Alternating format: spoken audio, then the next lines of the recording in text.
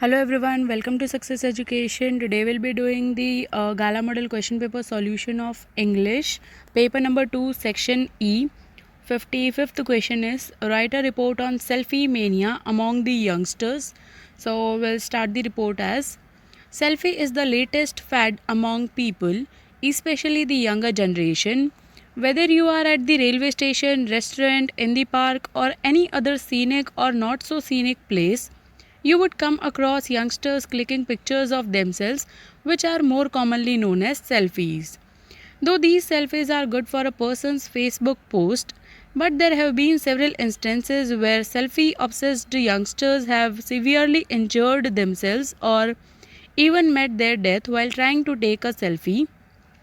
Oblivious of these surroundings, people have fallen to their death or have been run over by vehicles while in the process of taking a selfie.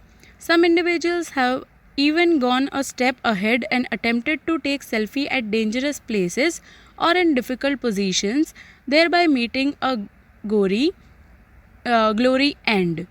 Take for instance the recent case of Preeti Vaidya, a 17-year-old teenager.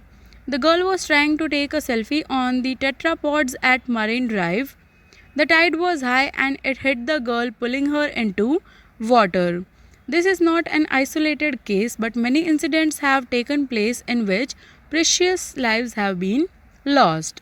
In fact, it is young men who are more prone to undertake dangerous selfie.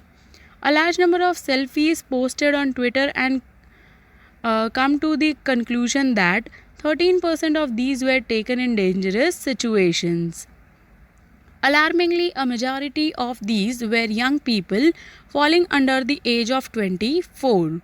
While in the world most people have died by falling off high buildings and mountain cliffs, in India most deaths have been water related or near railway track. In the world of virtual reality, human bonds are weakening and the generation is becoming more prone to selfies. Now, 56th one is write a letter to your friend making an appeal to avoid Chinese firecrackers and have a safe Diwali free of sound and air pollution. So, we'll write the address on the left hand side and we'll start the letter as Dear Prapti, happy to learn from your letter that this time you have invited your cousins to celebrate Diwali at your place. It would be a very nice time together. I wish you a very happy Diwali. But I would also like to draw your attention to a very serious matter. Generally, most of the firecrackers available in the market are Chinese.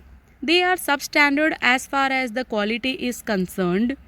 They may burst or fire any time, anywhere beyond your expectation and can cause a great harm. So avoid buying them, however cheap they are available in the market. Otherwise, also you know it very well that how harmful it is to firecrackers. They cause a great deal of air and sound pollution. The sulfur bursting in air is poisonous. We breathe in this air and our lungs get damaged. The terrible sound with more than 100 decibels can sometimes cause permanent deafness. If a person does not become deaf, the high pitched sounds can get on person's nerves. With this perspective on my mind, I would strongly appeal to you not to firecrackers this Diwali. There are many other ways of celebration. I hope you will get my point and have a safe and pleasant Diwali. Love you all, Namita.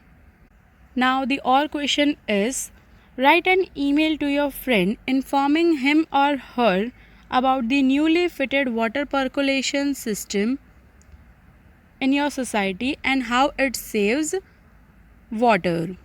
So we'll write the email as to yaminisha@hotmail.com. You can write any kind of email ID whichever you like, but you are not supposed to write your own email ID. Okay. Here you need to write only an example email ID. Okay. So the subject is our plan for saving water. Dear Yamini, we have been learning a lot about saving water. We know very well how important it is to save water. There are several ways to save water. But unfortunately, even if people know these different ways, they are never so desperate in implementing or executing them. But I am happy to let you know that in our society, a water percolation system has been fitted recently with the cooperation of society members. You will have a pleasant surprise to know that the move was initiated by us, the teenagers of our society. We made a group of 12 boys and girls and went from house to house explaining them the importance of saving water. They agreed willingly to do something in this regard, and we proposed to make a percolation well in one idle corner of our society. We also gave them statistics what amount of water we could save by putting up this project. 2 to 3 wise men picked up the project and raised necessary fund from society members, and finally our idea got materialized. All rainwater is drained into this well, and it has solved the long standing problem of logging in our society. How happy we all are to get it done. Society members arranged a special dinner to celebrate this project. They congratulated our teenager team, Vanar Sena, for initiating it. Write to me if you have any other fantastic plan of water saving on your mind. Love you, Alia. Now, next question is write an essay in about 200 words on any one of the following. So the first one is keeping a healthy lifestyle.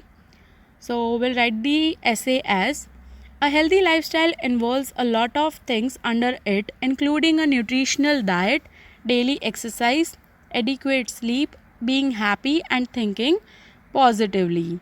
When we do all the necessary elements to have a healthy lifestyle, our lives are going on the right path. Living a healthy life is vital for you to be happy and feel good in your present life and for the future. Having a healthy lifestyle is all about choosing to live your life in the most healthy way possible. There are a few things you have to do to start living your life in this way, that is, the healthy way. This means doing some amount of exercise daily, such as jogging, yoga, playing sports, etc. Adding to this, you must also have a balanced and nutritional diet with all the food groups. But in today's fast moving world, where everyone is interested in junk food, it is not possible to keep a healthy lifestyle. Balanced and nutritional diet is followed by none. Feeling happy is also a big part of a healthy lifestyle. To enable happiness, thinking positively is a must. There are several things that one must avoid in order to live a healthy lifestyle. These include the kind of practices and habits include gambling, smoking, drinking, etc. that are harmful to us and also people around us. Other unhealthy practices include skipping meals and eating junk food. The benefits of a healthy lifestyle are manifold. Living a healthy life allows you to live longer, which means that you get to spend more time with your family.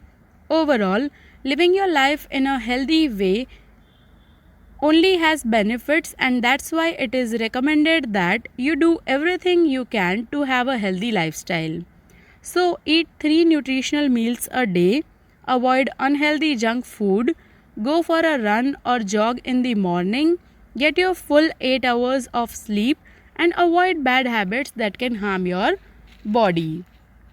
And the second topic is online shopping versus offline shopping. So we'll start the essay as thinking of shopping, you might come up with a sentence like, when comparing online shopping with traditional shopping, I found that online shopping seems to provide extra convenience while the traditional shopping provides a greater comfort factor.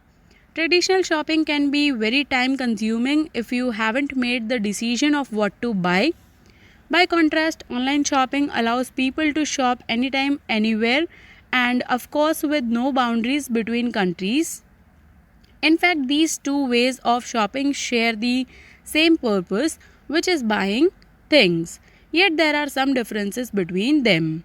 The first difference between online shopping and traditional shopping is authenticity.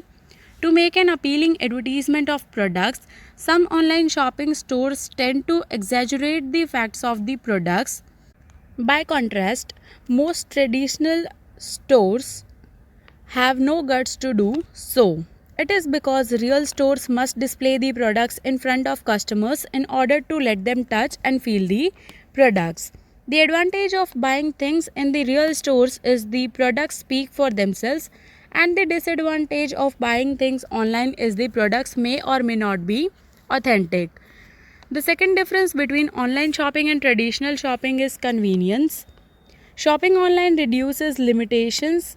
It is so convenient that you can shop anytime and anywhere. For example, you can easily visit the website, find the product you want to buy, and wait for the product being delivered to you. If you need time to reconsider about the products, all you have to do is put the product in the virtual shopping bag or on the virtual wish list. Usually, you have to pay additional shipping costs while shopping online. By contrast, real store shopping is not convenient for the people who live far away from stores. Real store shopping is too time consuming for customers to drive to the stores.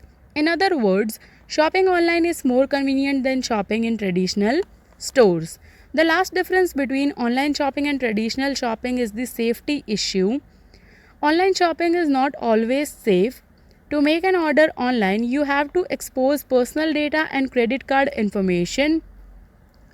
Some bad people can access personal information easily through online transaction and steal it for unauthorized deals. That is to say, it is quite hard for consumers that buy stuff online to avoid exposing personal data. However, people don't have to worry about things like that while shopping on the street, but people who shop in the traditional store have to worry whether the sellers give them counterfeit as change. In fact, it is a small safety issue that can be avoided by being careful while making transactions in traditional stores. In conclusion, both kinds of shopping have merits and shortages. The benefits of both shopping online and shopping in real stores are countless. However, it is true that sometimes merits could become shortages and vice versa, depending on the different perspectives that people hold. Now, the or question is the story writing. Right, so we'll start the story as the main title, Cobbler the Real Boss. Aniket had cleared his engineering with distinction. His classmates teased him, calling bookworm. Aniket never paid serious attention to their comments and kept on working to achieve his goal. He belonged to a lower middle class family and was badly in need of a job. After applying to many MNCs, one day he got an interview letter. He was greatly excited and started daydreaming a bright prospective future. But on the other hand, he was greatly nervous as he feared that since he had no knowledge of practical world, he would never succeed at the interview. He gathered courage, dressed himself well, and set out to face the interview. He hurried to the interview place and reached the place 1 hour before. He did not want to get late at any cost. Still, the office was not opened. Somehow his unpolished shoes caught his sight. Nearby he saw a cobbler and went to him to get them polished. While the cobbler was polishing his shoes, he started talking with him casually.